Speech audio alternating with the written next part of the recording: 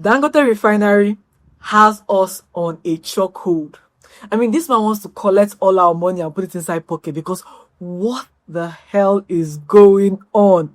We're trying to make sure that by September we'll be out there in the market to sell the IPO. But in this video, as your investment coach, your badass multi-billion-dollar investor, I'm going to be showing you what you need to know. You do not want to be misinformed regarding this kind of investment. So sit down, make sure to subscribe because it's about to get juicy. In this video, we are going to be talking about what Dangote Refinery IPO actually means for investors. Beginners breakdown. You see, right now there's this frenzy. There's a lot of excitement around Dangote Refinery regarding its private placement, IPO talks, and even discussions about dollar dividends. You can see Otedola smiling about his 100 million stake in private placement. This is it. So I sold my stake in Gerigu plan to come and invest my proceeds in the IPO of Dangote Refinery. And you can hear him talking about dollar dividends. like what I promised before, people will have a choice either to get their dividend in Naira or to get their dividends in dollars. But as an investor, excitement is not analysis. So let's break down what is actually happening and what every beginner investor should understand regarding this IPO. Now, first of all, IPO simply means initial public offer, and it is simply how a company raises money. This is the first time the company is raising money through the public, and they're telling us that we want you to be part of us.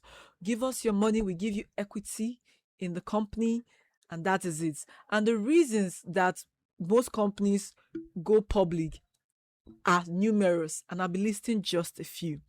The first one is basically because they want to raise money for expansion, right? The second one is they want to refinance their debts. They took a lot of loan, they borrowed a lot of money from various credit facilities, and now the best way to offset some of those debts is by raising liquidity, issuing out offers to the public, IPO, right? Now, but I want us to understand that there are levels to this, there are stages, right? Now, there are various ways a company can choose to raise funds, and let me explain. The first method is when a company is owned by its founders and early investors.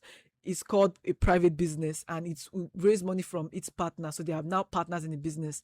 The second stage is where what we call private placement. This is where the company selects investors, wealthy investors, bank institutions to come and invest into the company.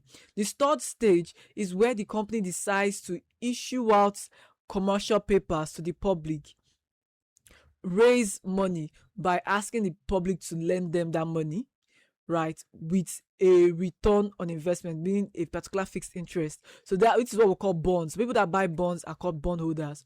Or then we have commercial papers. That's where that falls in. And then IPO is more like the third stage, where the company opens ownership to the public. All right, so by the time you see it as an IPO, they are basically telling you that there are several other investors that were at the beginning of the early stage, and you are only entering after multiple funding rounds. That's what it means. Now, you could see that Dangote Refinery already has a private placement before the IPO. And you could hear this from Mr. Femi Otedola. Now, what does private placement mean before an IPO? It means that before the public, before me and you and I will get hold of this stock, this Dangote Refinery shares that will be listed, people have already queued from the back door to invest. So when they buy, we may be buying from them when they choose to liquidate. If you've not subscribed, if you've not subscribed to this channel, I don't know what you're waiting for, because here we give real investment updates. Please make sure to like so that YouTube can share this video to others that are interested in this Dangote shares. So private placement simply means that some investors got earlier access, earlier pricing, better negotiation, more information about the company than the public. And as a retail investor, your job is to understand valuation. So First, I already explained why companies go for IPO: to raise capitals. Companies go public to refinance their debt structure so that they will have an equal balance of debt to equity ratio. There's something called debt to equity ratio. Advanced investors know what I'm saying, but for beginners, it's called, I'd like to explain this as, you know what it is like to borrow money from a bank. You know the pressure that comes with borrowing money from a bank. Now imagine borrowing money from different banks and the pressure it takes. You have deadlines, you have interest to pay, right? And your the money you borrowed from them is working for them. So you are pressured to make sure that the refinery is in full capacity, is working at full capacity, so that you can pay back your loan. Now when you decide that, okay, what the bailout system for this is by having equity. Having equity simply means that you are telling investors that, see, I have this business, so this is the profit I am making. This profit I am making. If you invest in my business, where the value of my company grows, when the value of my company grows, you will make more money. You will make more money. Now, bear in mind that the downside to this is that if the value drops, the investors will also lose funds. So investors are going to be shareholders, are going to share in the company's profits and loss. IPO is a better offer. It helps them refinance their debt structure. It gives early investors liquidity. So for investors that have been with the company since its early stages, they can decide to sell off to the markets as well. It gives early investors liquidity to be able to get back their capital. O is a financing and liquidity event in a company's life cycle. Please get this. The dollar dividend that Mr. Dangote talked about. Now, here's what investors must understand. A company paying dividend means it is generating cash flow.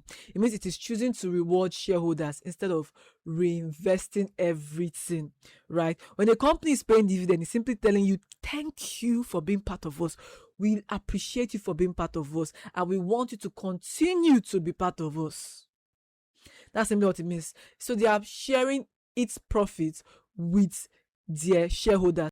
My question now for new investors and for certain investors that are watching this video is that, because if they are going public to raise capital, why are you quick to pay out dividends, right? This is a refinery that was commissioned in 2023 and has just been in operation.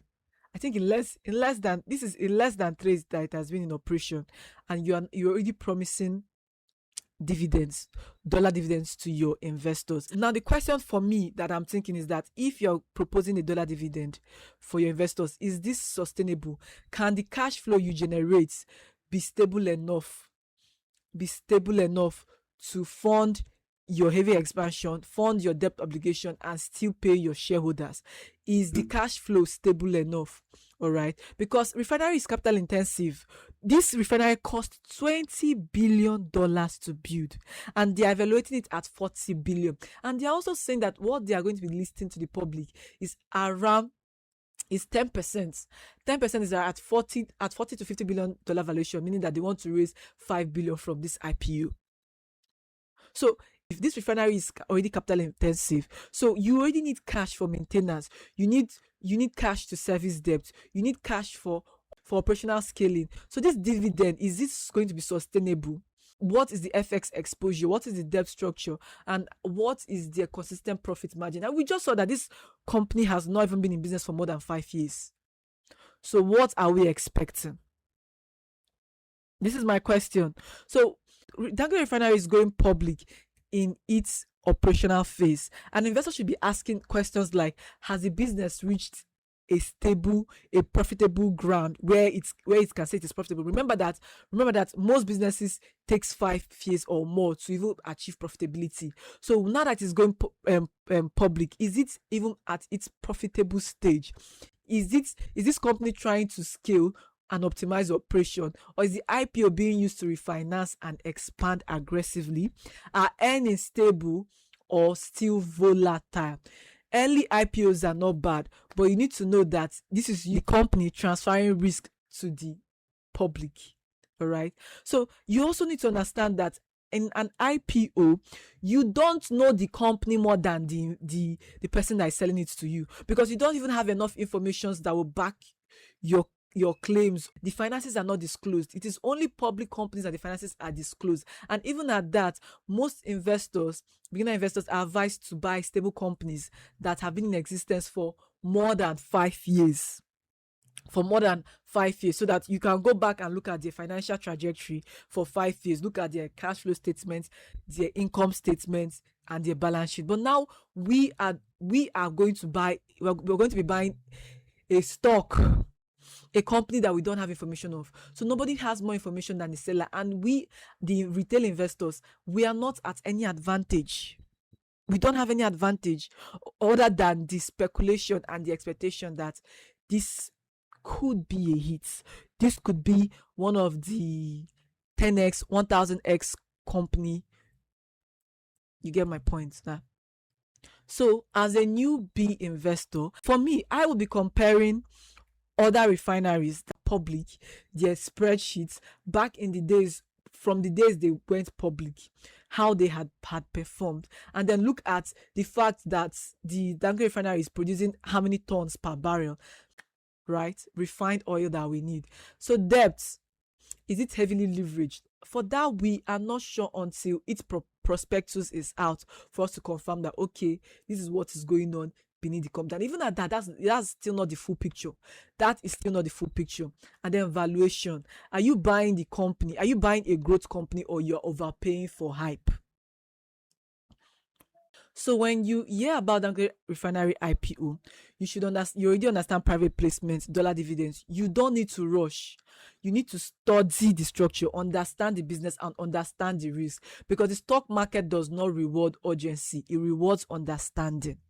Last year, October, someone was asking me, what do I think about this refinery? Is this something you are going to invest in? And I clearly said my own personal opinion, not as any financial advice. But my personal opinion is that if I have 10 million to invest in that refinery, 30% of that money is what I'm going to use for IPO. The remaining 70% is watch and wait to see what's going on. Because from my experience, you don't always make money from following the crowd. In fact, you lose. It costs $20 billion for Dangote to build his refinery. When they say a company is at this valuation, it simply means that the market, the investors in the market, are expecting the future cash flow of that business to generate this amount. The question should be, can this refinery realistically justify a $40 billion future profit? Because the market price expectation, what they're expecting, if they expect that it is going to triple and quadruple, they are going to price it at that. They're going to be priced at what the assets are worth on paper, not what the founder believes it is, not what it is actually cost to build, which is $20 billion. All right. So a lot of retail investors will make this mistake that if it costs 20 billion to build it, and they are saying that it is $40 billion in valuation, it means that the value has already doubled, and that's really not valuation work. What it means is that a company can spend $40 billion, $20 billion, and still be worth 5 billion or even 1 billion if it struggles to generate profits. A company can still spend 5 billion, or cost to build that company will cost 5 billion, and could still be worth 100 billion if it can scale efficiently. So the key question is this asset underpriced or overhyped based on its earning power? So if 10% is being sold at a $40 billion valuation, early investors have already agreed to the pricing level. Institutions are already validating it, and you are just joining the narrative. You are just joining the bandwagon, and that's not bad, but it changes your advantage. What you should ask as a retail investors before touching any IPO is the earnings reality. Is this refinery already consistently profitable? In conclusion, I will end with the words of Mr. Dimeji Basi. The IPO is actually an opportunity for ordinary Nigerians such as you and I to buy into the refinery, but it also represents the moment when new shareholders inherit every unresolved problems that has lingered on this project for the last decade before handing over your money. Read the prospectus carefully when it is released and ask the hard questions before signing the check. What's your take on this? Let me know in the comment section. Thank you. Kristle cares. Make sure to subscribe, like, and follow for more real investment updates. Bye.